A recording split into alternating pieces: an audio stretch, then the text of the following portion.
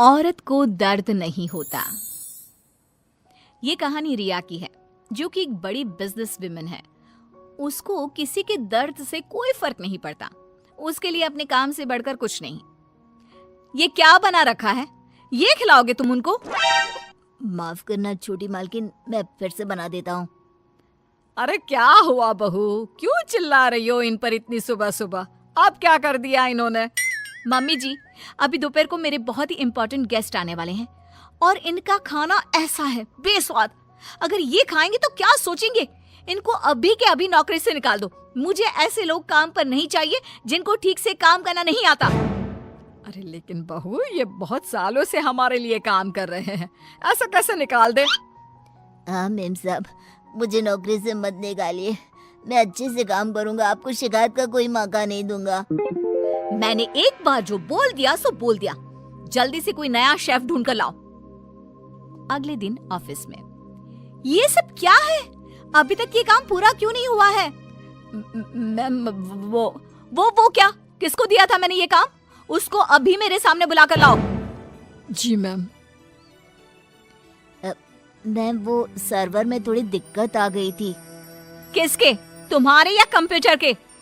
वो मैम, बात यह है कि जितना वक्त तुम आज मुझे समझाने में जाया कर रहे हो ना, उतना वक्त अगर तुमने कल इस काम को करने में किया होता तो आज ये पूरा हो जाता।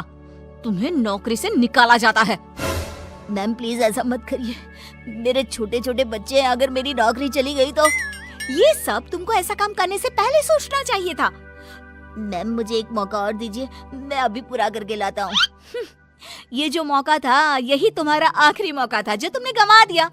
मैं और कुछ नहीं सुनना चाहती। मेरी कंपनी में तुम जैसे कामचोरों के लिए कोई जगह नहीं है। तुम्हें इस नौकरी से निकाला जाता है। शाम को घर पर, मैंने सुना आज तुमने फिर किसी को नौकरी से निकाल दिया। अरे हमारी पॉलिसी है ना, हमारी कंपनी लोगों के इमोशंस का भी ध्यान रखती है। इमोशन कुछ नहीं होता। कमजोर होते हैं वो लोग जो ऐसे काम करते हैं। और नौकरी से निकाल दिया तो इसमें कोई नई बात नहीं। जिस तरह घर को साफ करने के लिए गंदगी बाहर फेंकनी पड़ती है, उसी तरह कंपनी को आगे बढ़ाने के लिए यूजलेस लोगों को कंपनी से बाहर निकालना पड़ेगा। तुम लोगों की तुलना गंदगी से कैसे कर सकती हो? जिस स्पीड से तुम लोगों को निकालती हो, मुझे डर है कि किसी दिन कंपनी के सभी लोग ही ना निकल जाए। फिक्र मत करो, ऐसा कभी नहीं होगा। ऐसी बड़ी कंपनी में काम करने के लिए लोग तरसते हैं। जिनको नौकरी लग जाए वो खुशी से पागल हो जाते हैं। तो ऐसी कंपनी कभी खाली हो ही नहीं सकती। वैसे भी मुझे किसी की इमोशन से कोई लेना देना नहीं है। लेकिन बहू, तेरे स्वभाव को देखकर लगता है कि जरूर खाली होगी। अरे बहू, लोगों को दर्द होता है तो ये क्यों नहीं समझ पाती है? मम्मी जी, आप कब आई? आपको क्यों ऐसा लगता है? दर्द वर्द कुछ नहीं होता। कम से कम मैंने तो इस दर्द नाम की चिड़िया को कभी फील ही नहीं किया। क्योंकि बहू तो दूसरों की भावनाओं की कदर नहीं करती। दूसरे क्या सोच रहे हैं, क्या कर रहे हैं, वो क्यों नहीं कर पा रहे हैं, किसी की परवाह नहीं करती। ऐसा नहीं होता बहू। तो मम्मी जी, आप कह रही हैं कि मैं दूसरों के पर्सनल कामों के लिए अपना काम रोक दूं और उनसे उनका दुखड़ा सुनूं? हाँ बताओ भाई, क्या हुआ? नो वे।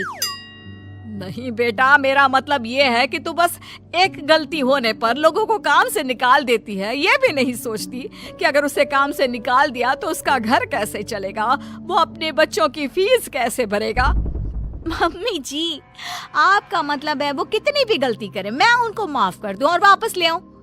मम्मी जी, अगर मुझे ऐसा ही करना होता तो मैं कंपनी नहीं खोलती, कोई धर्मशाला खोलती, ताकि जिसका जब मन करे आए और जब मन करे जाए।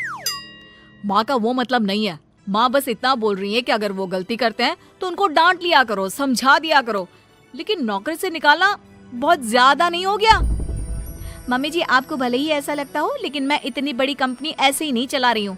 ऐसे बहुत देखे मैंने और मैं ये अच्छी तरह जानती हूँ कि ये कैसे सुधरेंगे। इसलिए आप चिंता मत कीजिए और आप प्लीज मेरे कामों में दखल मत दीजिए। मुझे अच्छी तरह पता है कि मैं क्या कर रही हूँ। एक दिन अचानक से रिया की बेटी की तबीयत बहुत खराब हो जाती है और रिया कंपनी की जरूरी मीटिंग छोड़ देती है। बहू, तू यहाँ क्या कर रही है? तेरी तो बहुत जरूरी मीटिंग थी ना? मम्मी जी, आप ऐसे समय में मीटिंग की बात कैसे कर सकती हैं? और मेरी बेटी कहाँ है? क्या हुआ है उसको? डॉक्टर ने क्या कहा? यूं अचानक से बेहोश कैसे हो गई? उसका बीपी लो हो गया था, जिसकी वजह से वो चक्कर खाकर गिर पड़ी और उसको थोड़ा बुखार भी है। अच्छा हुआ, कोई ज्यादा घबराने वाली बात नहीं है, मैं तो डर ही गई थी। और बहू तेरी मीटिंग, उसका क्या हुआ? तुझे तो भारी नुकसान हो गया होगा। होने दीजिए मम्मी जी, मेरे लिए इस वक्त मेरी बेटी से बढ़कर कुछ भी नहीं है। ऐसी मीटिंग्स तो फिर आती रहेंगी। लेकिन बहू, कुछ दिनों पहले तुमने ही कहा था कि किसी के निजी काम के लिए तुम्हारा काम नहीं रुकेगा, तो फिर ये सब क्या है? मम्मी जी, आपको क्या हो गया है? ये किसी का भी निजी काम नहीं है, ये मेरा अपना निजी काम है।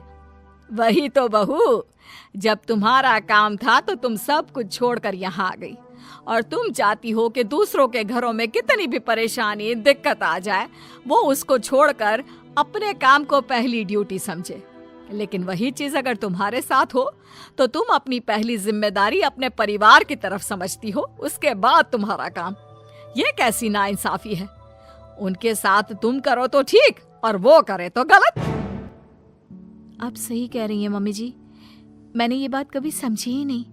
अब तो समझ गई ना? अब से उनके साथ कुछ ऐसा मत करना, उनकी भी परेशानी समझने की कोशिश करना। हाँ मम्मी जी, अब मैं सब समझ गई हूँ। मुझे अपनी गलती का एहसास हो गया है। शायद सही कहते हैं लोग, जब तक वही दर्द आप खुद ना झेलो तब तक आप दूसरे के दर्द का अनुमान नहीं लगा सकते। मुझे ये देखकर अच्छा लगा बेटा कि तुम्हें बहुत जल्दी अपनी गलती का एहसास हो